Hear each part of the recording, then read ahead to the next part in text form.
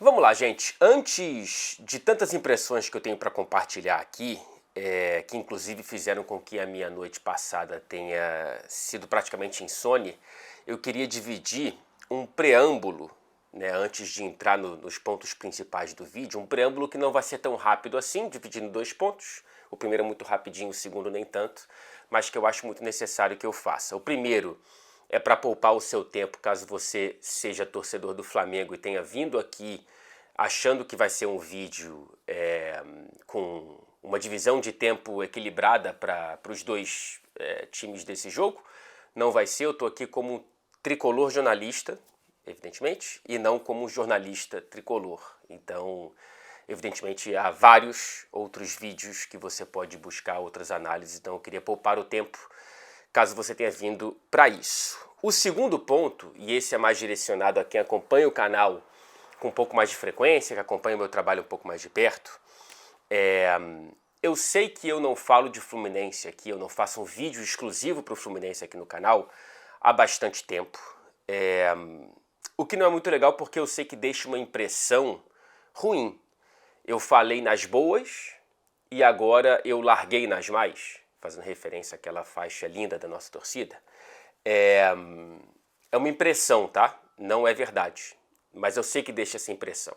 O ponto central para esse ato de vídeos aqui no canal é a distância. É muito mais fácil elogiar um time que joga bem quando você está longe, porque basicamente basta você assistir aos jogos e ver as entrevistas. Primeiro porque o campo fala muita coisa quando o time está bem, gera muito mais certezas do que dúvidas. E segundo porque as entrevistas, elas são mais completas, são mais numerosas, fala-se mais sobre o que acontece nos bastidores e tudo mais, todo mundo se sente muito mais à vontade para falar. Presidente, diretor, jogadores, o treinador eu sei que fala nas boas e nas mais, por uma questão contratual, mas enfim.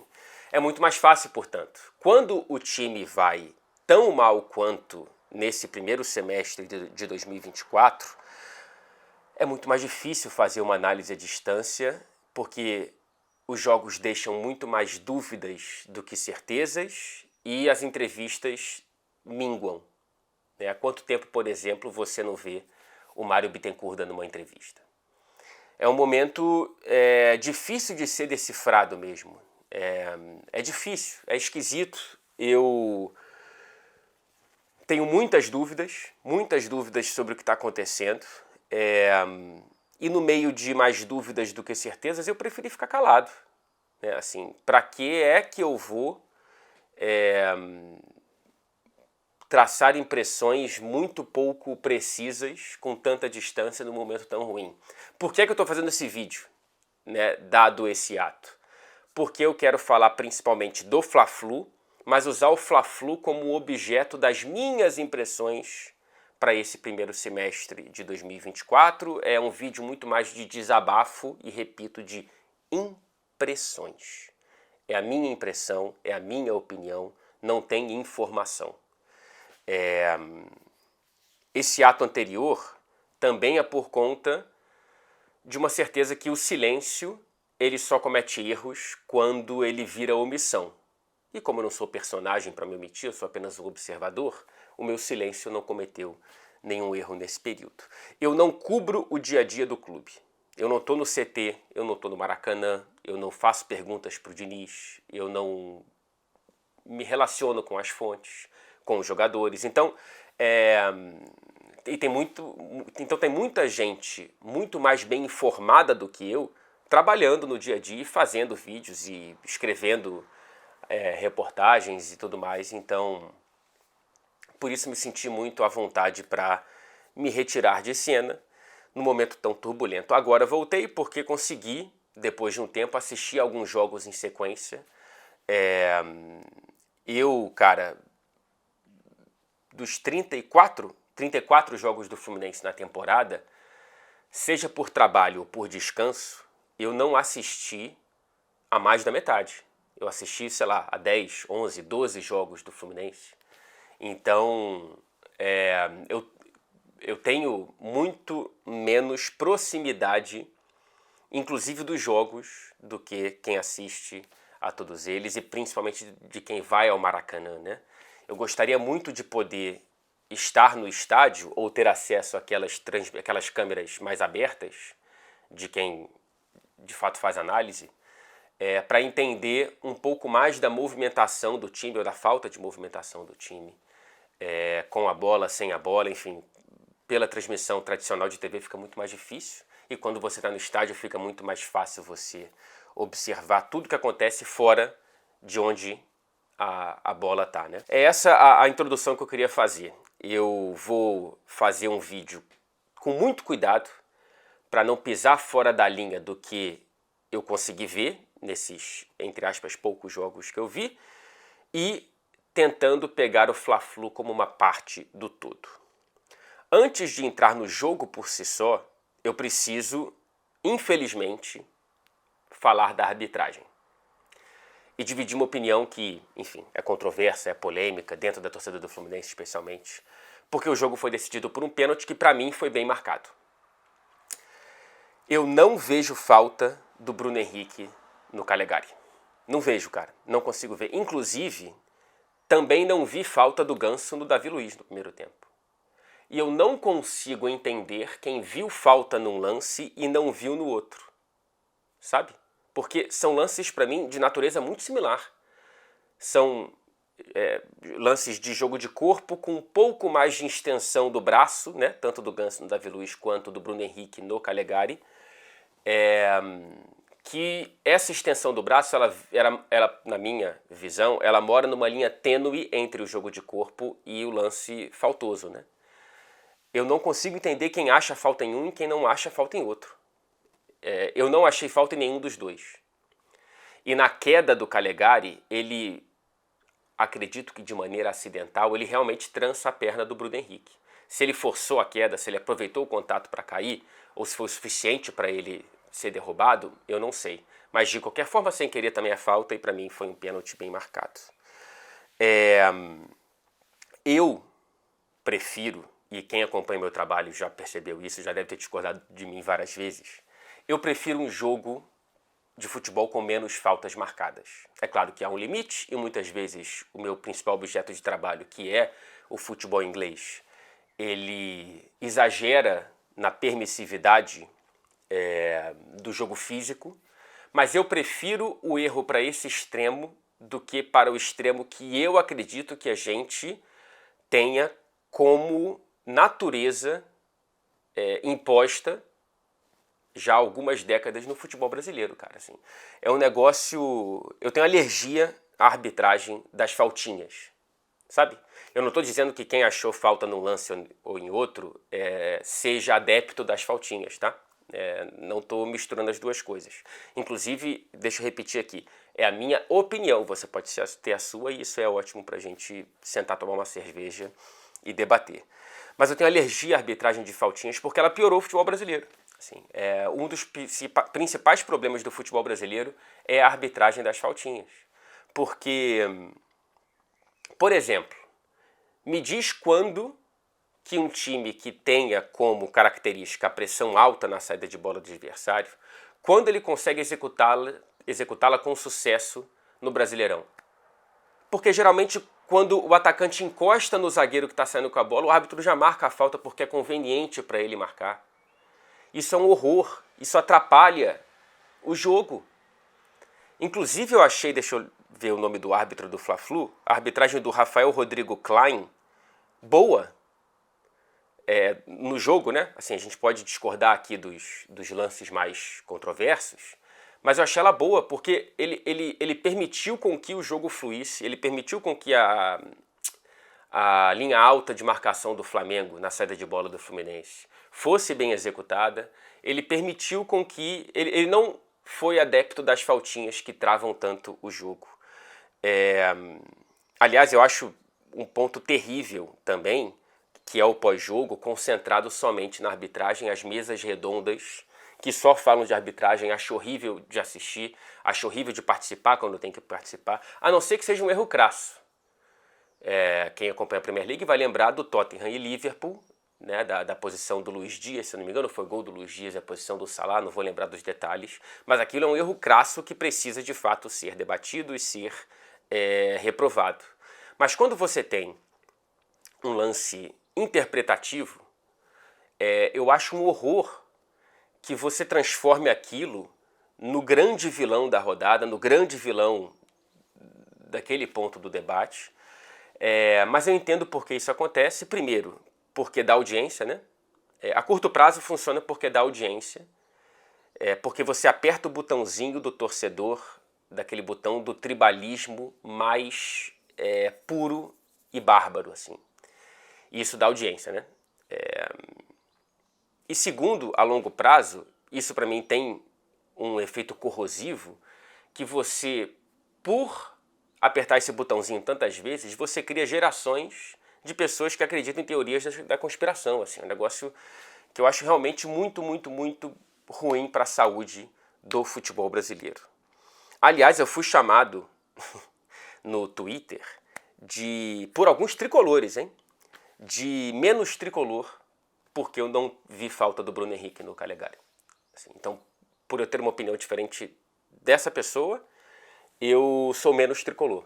É aquela velha história, né? Se você concorda comigo, show, tamo junto. Se você não concorda, você é um babaca, você não sabe nada de futebol e tudo mais. Eu entendo um pouco quem é novo e faz isso, porque eu já fui assim quando novo. Quando eu tinha, sei lá, 15, 16, 17 anos, quando eu participava do saudoso Flu Fórum, eu era assim. Eu via reportagens negativas sobre o Fluminense e eu criticava, achava que aquele repórter era a pior pessoa do mundo, e quando eu via comentários críticos ao Fluminense, eu também achava aquele comentarista anti-Fluminense e tudo mais. Só que depois de um tempo eu aprendi a ver o cinza, né? O que me surpreende é quando a pessoa é burro velho e não conseguiu desenvolver o cinza, tudo é preto ou branco, assim, não consegue entender que há nuances e que a gente pode discordar de A, B ou C, e isso não é isso que vai me fazer mais ou menos tricolor, ou se é que isso pode entrar na equação ou não. Enfim, não vou ficar aqui arrotando o quanto que eu sou tricolor, mostrar o meu currículo de arquibancada, primeiro porque acho que seria um momento lamentável desse vídeo, uma postura esquisita, e segundo porque eu não tenho nenhum interesse em conquistar o respeito ou um lugar no coração de quem ainda não desenvolveu o cinza na própria percepção. Voltando rapidamente para a arbitragem, e olha quanto tempo que eu estou falando de arbitragem, sendo até um pouco hipócrita, essa arbitragem feita às faltinhas, ela piora o jogo a curto prazo, né? O jogo de amanhã, o jogo da semana que vem, do mês que vem, desse campeonato, porque o jogo não é desenvolvido, né? O futebol fica parando o tempo inteiro, e a longo prazo, o que a gente já vê efeitos, né? Na minha opinião, isso já acontece há décadas no futebol brasileiro, você desenvolve o vício do jogador cai-cai. Né? Por isso que eu acho a arbitragem de ontem boa. Teve um dos tantos erros na saída de bola do Fluminense do Gabriel Pires, em um deles ele tentou se jogar para ver se ele conseguia arrumar a falta. Que bom que o árbitro não marcou. Porque esse tipo de não marcação é uma educação para o jogador, para o torcedor, para os outros árbitros. Então, que bom que pelo menos tem um cara, eu não sei, eu não acompanho tanto, não sei se o Klein ele é um cara que é assim, eu vi que ele é novo, tem 34 anos de idade, quase a minha idade, mas eu achei bom porque é isso, cara, você não pode punir quem quer jogar bola. Né? A arbitragem da faltinha ela é só boa para o árbitro que está cansado, ou que não quer se comprometer porque apita tudo, ou para o time que está concordando com o placar naquele momento. Mas enfim, é isso, né? Concordamos, discordamos, está tudo certo, faz parte da vida. Em relação ao jogo em si, para além da arbitragem, o Flamengo ele criou chances suficientes para sair, no mínimo, com uma vitória bem mais confortável, ou até mesmo com uma goleada. Seja no primeiro tempo pressionando a saída de bola do Fluminense, seja no segundo tempo quando o Fluminense tentou evitar os próprios erros na saída de bola e começou a utilizar mais as bolas longas, a segunda bola era quase que invariavelmente do Flamengo, pelo menos nos 20, 25 minutos iniciais do segundo tempo, e com os próprios pés, né, e não pela roubada de bola, o Flamengo conseguiu criar também uma porção de chances. Impressionante a falta de pontaria dos jogadores do setor ofensivo do Flamengo. O Fábio foi muito bem também, é verdade, como ele é quase que sempre. Quando você olha para o número de finalizações, isso tem sido muito pressionado pelas pessoas, e com razão. Você vê 14 para o Flamengo, 2 apenas para o Fluminense. As 2 do Fluminense foram para fora do gol, então nenhuma atingiu a meta do Rossi. Isso claramente chama muito a atenção. Eu acho que conta parte da história do jogo, não conta a história do jogo inteira. E mostra como que, por mais que isso seja muito cruel de sentir e até de falar, é o líder contra o lanterna. Em qualquer campeonato do mundo, o líder contra o lanterna vai ter um amasso desse mesmo número de finalizações. Que no futebol brasileiro é muito mais volátil, né? Assim, o Fluminense não é um time para a lanterna, e daqui a pouco eu entro nesse ponto. A distância de Fluminense e Flamengo, quando você olha para os elencos, ela não deveria ser de topo pro chão, né? Para o fundo do poço. Mas nesse momento e nesse momento o que importa muito mais é o nível de rendimento do que o nome dos jogadores, etc. e tal. Mas, de qualquer forma, eu acho que isso não conta a história do jogo inteira, porque o Fluminense chegou a conseguir voltar a fazer com que alguns mecanismos daquele Fluminense que conseguia bons resultados funcionassem de novo, né? Assim, bem melhor do que no jogo passado que eu vi contra o Atlético Goianiense, que eu achei realmente um jogo muito, muito, muito ruim. É um avanço tímido, talvez tímido demais para quem tenha tanta urgência por vitórias, né, que luta desesperadamente já contra o rebaixamento. Mas é um avanço tímido que mostra algum mecanismo funcionando bem, e eu preferi um Fluminense tentando sair com a bola curta, e mesmo que errando, do que o do segundo tempo, que eu achei que concatenou muito poucas ideias. Mas, de qualquer maneira, seja a versão A ou a versão B dentro desse mesmo jogo, me mostrou um Fluminense que não conseguia passar da fase de transição ofensiva, né? Quando quebrava, por exemplo, no primeiro tempo isso, né? A primeira linha de marcação do Flamengo, um erro de passe ou uma marcação bem feita, e aí é aquela coisa no futebol, né? Quase todo erro de um lado é acerto de outro, então méritos também para a marcação em linha alta do Flamengo. Mas muito erro, né? Erro de passe, erro de decisão, erro de tempo. Às vezes abria um buraco e um jogador estava livre e a opção de quem estava com a bola do Fluminense era olhar para trás e não olhar para frente. Então, em vários momentos, faltou um acerto que poderia desatar vários nós na jogada inteira. E isso é um problema sério, né? Isso é um problema que eu não sei se é de confiança, que eu não sei se é de cabeça, também é uma questão física, e aí eu volto no ponto de é uma pena não poder estar no estádio, de ver o jogo com um ângulo maior, porque me parece muitas vezes que é o Fluminense muito estático, né? Quem está com a bola, e quem está fora da bola gira muito pouco, apresenta-se menos do que se apresentava no ano passado. Eu não entendo por que o Germancano está jogando antes da linha do meio campo. O Cano não é o Kane e o Fluminense não tem 2 pontas tão agudos. Mesmo que o Cano tivesse uma boa bola longa, um bom passe, uma boa associação fora da área, o Fluminense não tem, né? Não é mais aquele Fluminense de Arias e Keno. O Keno não está bem nesse ano, voltando de lesão, se não me engano, e o Arias está convocado. E mesmo quando os 3 jogam juntos, não tem mais aquela associação bonita que a gente já teve.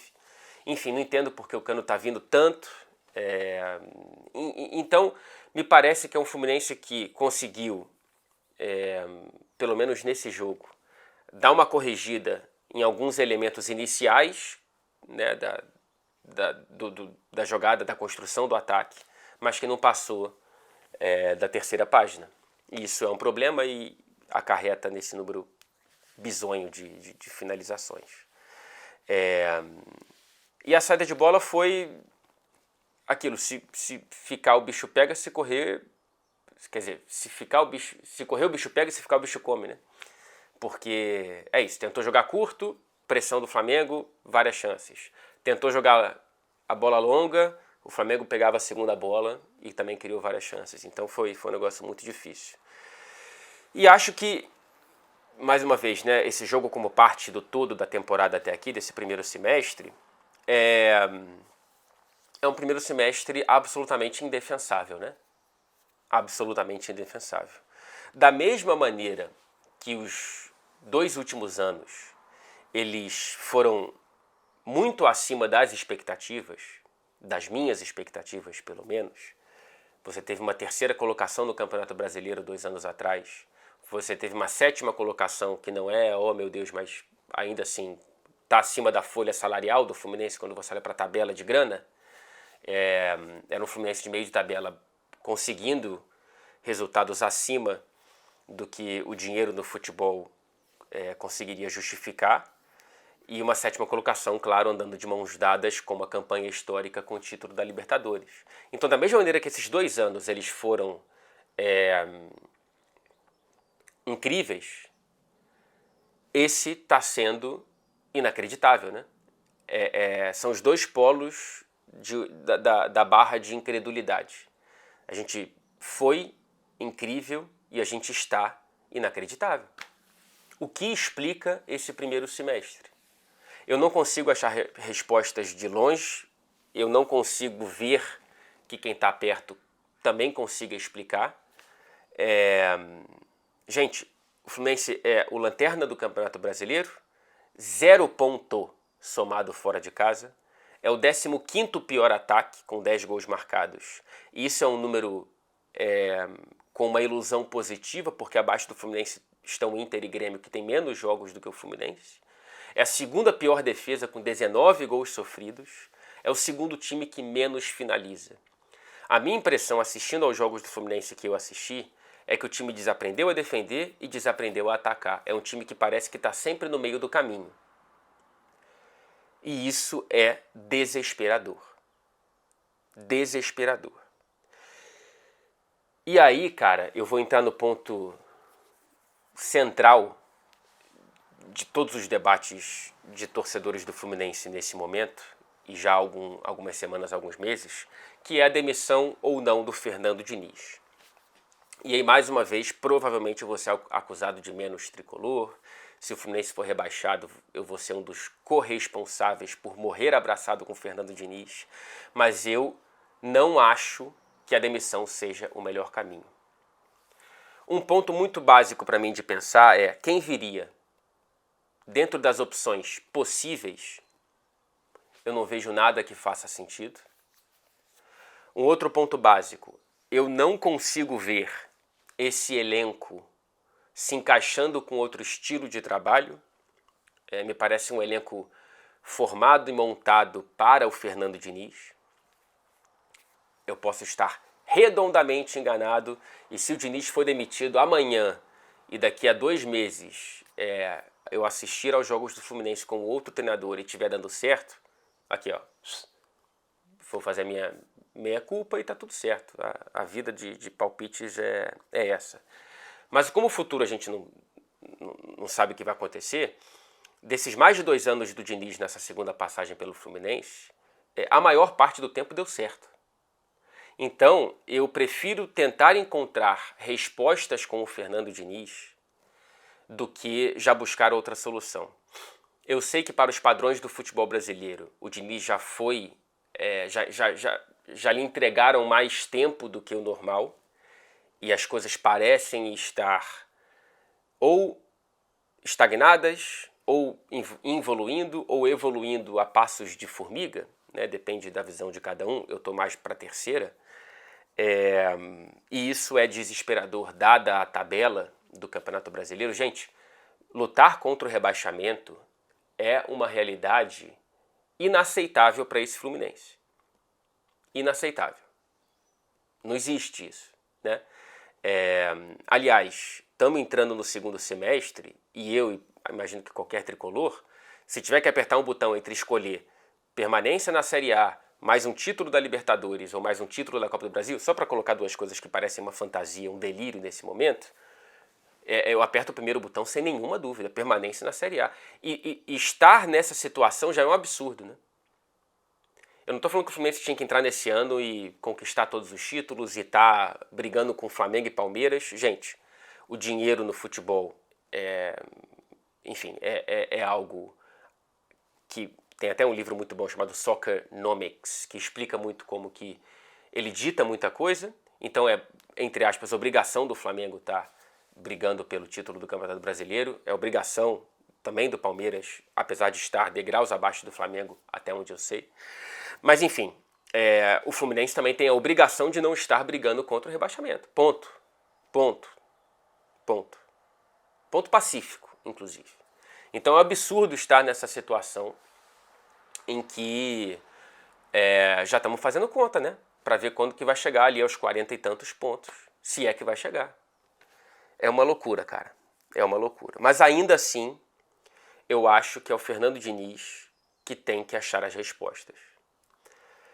E aí eu vou entrar numa justificativa final para a defesa do meu ponto de permanência do Diniz, que é uma justificativa talvez muito, sei lá, fora do padrão ou até um pouco delirante, mas eu acho que, olhando para o quadro geral, tá? Para além dessa temporada e tal, o futebol brasileiro, voltando mais uma vez às finanças, ele está se configurando para ficar cada vez mais europeizado. E a gente tem clubes como o Flamengo, como o Palmeiras, como outros clubes ganhando mais grana e conseguindo criar um Big 2, Big 3, Big 4, não sei quantos que vão ser, para fazer uma referência à Premier League. E, independentemente da importância histórica de cada clube, haverá um bloco médio e haverá um bloco baixo de clubes que vão conviver com rebaixamento, acesso, e dois tropeços já podem se provar quase que fatais. E eu tenho muito medo do Fluminense virar um time de bloco médio, ou até de bloco baixo. Porque a longo prazo, a não ser que o clube consiga se sanear, eu acho que a gestão do Mário tem sido ok nesse sentido, melhor do que as anteriores certamente, e consiga novas formas de receita, o Fluminense eu tenho muito medo de virar um West Ham da vida, sabe? Que é um clube que tem uma história rica, menos rica na Inglaterra do que o Fluminense tem no Brasil, mas que, olhando para as chances reais, nunca que vai brigar por um título de Premier League, nunca que vai brigar por um título continental que não seja a terceira taça nas divisões das competições europeias, que foi a Conference League, vencida pelo David Moyes. Então, com medo disso, por que eu estou falando isso para defender o Fernando Diniz? Eu acho que um dos caminhos do Fluminense, para além de buscar novas receitas e tentar se estruturar financeiramente, um dos caminhos do Fluminense é criar uma própria marca para tentar fugir da obviedade da grana, para tentar fazer o que fez nos últimos 2 anos, por exemplo, e aí eu acho que o Fernando Diniz é esse cara. Eu confio que o Fluminense vai voltar a jogar como jogou nos últimos 2 anos. Não sei se nesse ano, e se não acontecer nesse ano, eu espero que jogue suficientemente bem para se manter na Série A. Mas eu olho para o Diniz como um projeto a longo prazo mesmo. E eu acho que ele precisa ter tempo para resolver esse problema. E aí tem que ver o que ele e a comissão técnica vão mudar para esse segundo semestre em relação a esse primeiro, que foi injustificável. Injustificável. Não sei se é indesculpável, mas injustificável certamente. Então, eu acho que o Fluminense, o caminho precisa ser com o Diniz, que é um cara que pensa futebol de maneira diferente. Primeiro pelo lado humano, que eu admiro demais, como ele tem essa visão do futebol, como ele trata os jogadores na maior parte do tempo, e pela visão de estilo de jogo mesmo, que eu acho que o Fluminense ele pode, como foi nos últimos 2 anos, se caracterizar, o Fluminense do Diniz, como um time legal de se assistir, sendo você tricolor ou não. Enfim, eu posso estar redondamente enganado, falo mais uma vez, mas eu gostaria de ver uma continuidade nesse projeto. E para isso, esse segundo semestre precisa ser radicalmente diferente ao primeiro. Tem um ponto que eu queria criticar em relação à postura do Diniz nos últimos tempos, que é a comunicação. Eu sei que ele é um cara de pavio curto, ele é um cara explosivo, algumas vezes com razão, em tantas outras eu não consigo entender porquê. Mas independentemente de ter razão ou não, eu já vi um bom número de respostas dele em entrevistas coletivas que, quando ele responde dando patada da maneira com a qual ele deu diversas vezes, ele soa arrogante. E não é para aquele repórter, é para o torcedor. O Diniz, ele já tem tempo suficiente de futebol, eu imagino que ele saiba disso, mas existe uma grande diferença entre a racionalidade e a emoção naquele momento, né? Ele deve ficar nervoso, irritado com a pergunta e vai e atropela isso que ele já deve saber, que a gente, o repórter que está ali, primeiro, ele não tem obrigação nenhuma de saber tanto de futebol quanto o treinador, senão ele estaria naquela posição. Segundo, que ele está ali como alguém para perguntar o que a gente imagina que a torcida quer saber. A gente está ali como uma ferramenta do interesse do público. Então, se alguém pergunta A ou B, a não ser que seja um caso que tenha uma história de problemas entre o treinador e o repórter, às vezes a pergunta é ruim, claro, mas muitas vezes a pergunta não é ruim e recebe uma patada e a torcida fica com a impressão, e eu acho que essa impressão ela é correta, de que muitas vezes o Diniz está descolado da realidade. Ou o discurso dele para fora, não sei se interno, está se descolando da realidade. E isso piora tudo. Porque assim, se, sei lá, uma grande parcela da torcida, ela enxerga os problemas e não vê os problemas serem admitidos pelo líder do projeto daquele time, isso cria uma desconexão. E isso, para mim, está bem claro e flagrante, né? Assim, os protestos contra o Diniz eles estão se multiplicando e vão se multiplicar cada vez mais enquanto as vitórias não voltarem. E ele próprio admitiu isso depois dessa derrota do Flamengo, né? Para o Flamengo, perdão. Saindo do Diniz e olhando para o elenco. Ainda tem algumas coisas para falar aqui. Já dá para afirmar que as contratações foram mal feitas, ou boa parte delas. E aí eu faço uma meia-culpa porque eu fiz um vídeo elogiando as contratações ou elogiando o projeto 2024 do Fluminense. Eu não esperava estar tão errado em tão pouco tempo. Cara, olha pro Terãs.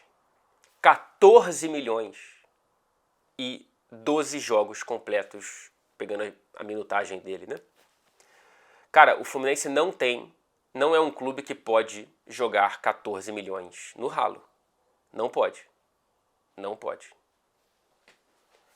Então, assim, quem aprovou a contratação do Terãs? Porque ele jogar tão pouco, não dá nem a... Se ele estivesse jogando muito, mas jogando mal, eu pelo menos poderia olhar e pensar, cara, ele precisa de um tempo de adaptação, vamos esperar a segunda temporada, o segundo semestre, enfim. Mas ele não está nem jogando direito. Então, ou avaliaram mal a parte física dele, e quem é o responsável por isso? Ou avaliaram mal as valências técnicas e táticas dele, como que essa contratação foi aprovada, portanto, ou o comportamento dele fora de campo, que também é uma coisa que é necessária, é básica hoje em dia do clube saber antes de contratar um jogador. Ainda mais investindo um dinheiro que para o Fluminense é muito sério. Então, assim, o Terãs é um erro grave. O Gabriel Pires tem 5 jogos, gente. 5 jogos. E nessa partida contra o Flamengo eu não entendi como que ele ficou tanto tempo dentro de campo. Eu não quero crucificá-lo por essa partida, até porque dá pra ver que ele tem qualidade com a bola no pé. Ele só tá totalmente fora de ritmo. Ele tá em outra rotação dos adversários do que alguns companheiros. Não todos, infelizmente, né? Porque tem companheiros em rotação tão baixa quanto. Mas pode ser que o Gabriel seja uma resposta futura para alguns nós desatados na saída de bola do Fluminense, mas nesse momento dá para ver claramente que ele tem qualidade, mas o corpo não está respondendo. Quem é que não viu isso antes de contratar? O Renato Augusto, pouco mais de 10 jogos completos, também somando a minutagem, dividindo por 90 minutos. Cara, assim, é muito, muito triste. Eu sou um fã do Renato desde os tempos do Flamengo e depois, claro, Leverkusen, Corinthians. E fiquei muito animado com a chegada dele.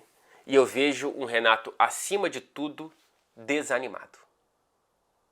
A expressão do Renato é uma expressão que acusa muito alguém que não encontrou o que gostaria de encontrar e que parece perdido, assim. A atuação dele nesse Fla-Flu foi muito, muito, muito ruim. É complicado, cara. É complicado. Então, assim, foi um mercado mal feito e que você vê. O Fluminense perdeu, por diferentes razões, a espinha dorsal do time, né? O Nino saiu em transferência, o André com uma lesão a médio prazo e o Arias agora convocado para a Copa América. Como que o substituto do Nino inexistiu nesse primeiro semestre? Como que, imagino, foi interpretado que o Antônio Carlos poderia ser esse cara, ou o Manuel voltando da suspensão, ou, sei lá, o Thiago Santos, o próprio Gabriel Pires, ou trazendo o Martinelli para a zaga. Estou passando um par de cavalos aqui dos policiais. Polícia que daqui a pouco vai ser um pouco do tema aqui do fim do vídeo. Mas enfim, um problema muito sério ali na saída de bola. Então eu estou muito esperançoso para que a saída do Thiago Silva também seja algo que vai clarear muito o caminho do Fluminense com bola, mas também, claro, na marcação e tudo mais. E de liderança também dentro desse grupo. A perda do André mostra como não houve qualquer possibilidade ou qualquer preparação para uma reposição minimamente à altura, né? Não tem. Não tem. E o Arias, agora teve o Marquinhos lesionado, ele poderia ter sido bom substituto, mas o Douglas Costa é outro, que mal joga. E quando joga, joga mal. Complicado, cara. É um mercado muito mal feito e que explica, em parte, o que aconteceu e o que não aconteceu até aqui. E também tem a questão dos jogadores de barriga cheia depois do título da Libertadores, esse título da Recopa. O que eu entendo em partes, se você explicasse isso, se você visse isso no Campeonato Carioca, ok? Pô, o fim da temporada ter sido só depois do Mundial de Clubes ferrou a pré-temporada de grande parte desse grupo, e ok, eu entendo muito isso. Mas já passou da hora, né? Assim, se existe alguém ainda de barriga cheia, não pode jogar. Não pode jogar. Porque se existe algum jogador dentro do Fluminense nesse momento que não entenda a gravidade da situação e que ainda acha que existe algum grau de crédito por conta da Libertadores e que agora não precisa, essa pessoa não pode jogar. Quantas chances mais a gente vai dar? Então, é preciso entender quem está com cabeça consciente do momento. E por fim, eu não queria sair desse vídeo sem criticar torcedores que vão criar confusão e danificar carro de jogador ou tentar agredir jogador, assim. Eu sei que criticar isso também é um negócio extremamente controverso dentro do ambiente do futebol brasileiro, mas eu acho uma loucura essa lógica, preste atenção, de que a violência ela vai fazer com que um jogador atue melhor. É muito doido isso, cara. Eu já fui assim, tá? Mais uma vez, voltando para aquele Fred adolescente que era mergulhado nesse fanatismo tóxico. Eu achava mesmo, assim, que fazia todo sentido do mundo. E foi só depois que eu fui conhecer cabeças de outras culturas que não a nossa, que eu fui entender o quanto que a nossa proximidade com a violência no dia a dia mesmo faz com que a gente naturalize a violência como um meio para você conseguir chegar a algumas finalidades. Achar que quebrar carro de jogador é ok, gente, isso é inaceitável, ou deveria ser. Isso é muito estranho, assim, porque eu sei que pode parecer que, beleza, saiu do Brasil e tá arrotando e falando que o Brasil não presta. Não é isso. É entender o quanto que a gente tem que se indignar com a violência, sabe? E eu falei da polícia aqui porque uma coisa que depois que eu saí do Rio, que eu fui, caramba, a gente naturaliza no Rio, você tá, sei lá, na padaria para um carro da PM com a janela entreaberta porque o fuzil não cabe e os 3 fuzis ou 2, sei lá, estão ali com a pontinha para fora. Ou o cara vai lá pegar um café na padaria com um fuzil. É uma loucura, cara. O quanto que a violência é tão próxima do nosso dia a dia. E isso, eu falando enquanto alguém que nunca foi alvo da Polícia Militar do Rio de Janeiro, ao contrário de grande parte da população. Mas é uma doideira, cara. Eu não tô falando que aqui na Europa não exista violência. Existe violência dentro do futebol, inclusive, claro. O hooliganismo é inglês. Mas já faz tempo que foi combatido. Por meios corretos ou não, mas de qualquer forma funcionou. De maneira alguma eu estou tentando falar que a Europa é muito melhor nesse sentido, até porque se uma coisa que a Europa fez na história do mundo é exportar violência para tentar importar o que eles chamam de civilidade, mas o choque com a violência aqui é muito maior do que no Rio de Janeiro e no Brasil, imagino eu, né? Então, quando a gente acha e bota pilha mesmo, eu vi páginas até grandinhas de torcida do Fluminense botando pilha, cadê a torcida dando um susto nesses caras? Eu acho chocante. Eu acho chocante. E se algum dia eu concordar com isso, por favor, pare de assistir aos meus vídeos, porque eu já vou ter perdido muito a minha bússola moral aqui. É isso, gente. Falei pra caramba mesmo, né? Mas tinha muita coisa pra falar. Se você discorda frontalmente de mim, eu imagino que não tenha pouca gente que discorde de mim dentro da própria torcida do Fluminense ou até fora mesmo, por favor, me explique por que eu tô errado. Em vez de só, sei lá, falar assistiu a outro jogo, ou fora de Nis, ou sei lá, me chamar de burro e tal. Me explica por que eu tô errado, porque eu tô realmente interessado para entender outras perspectivas de quem acompanha o Fluminense mais de perto, de quem viu a mais jogos, de quem vai ao Maracanã ou de quem simplesmente tem outra opinião. Tá bom? Vou ficar aí mais de uma semana sem fazer outro vídeo, que eu vou nessa quarta-feira para Glastonbury, um belíssimo festival de música aqui da Inglaterra, que felizmente pelo 2º ano consecutivo eu consegui ingresso para ir.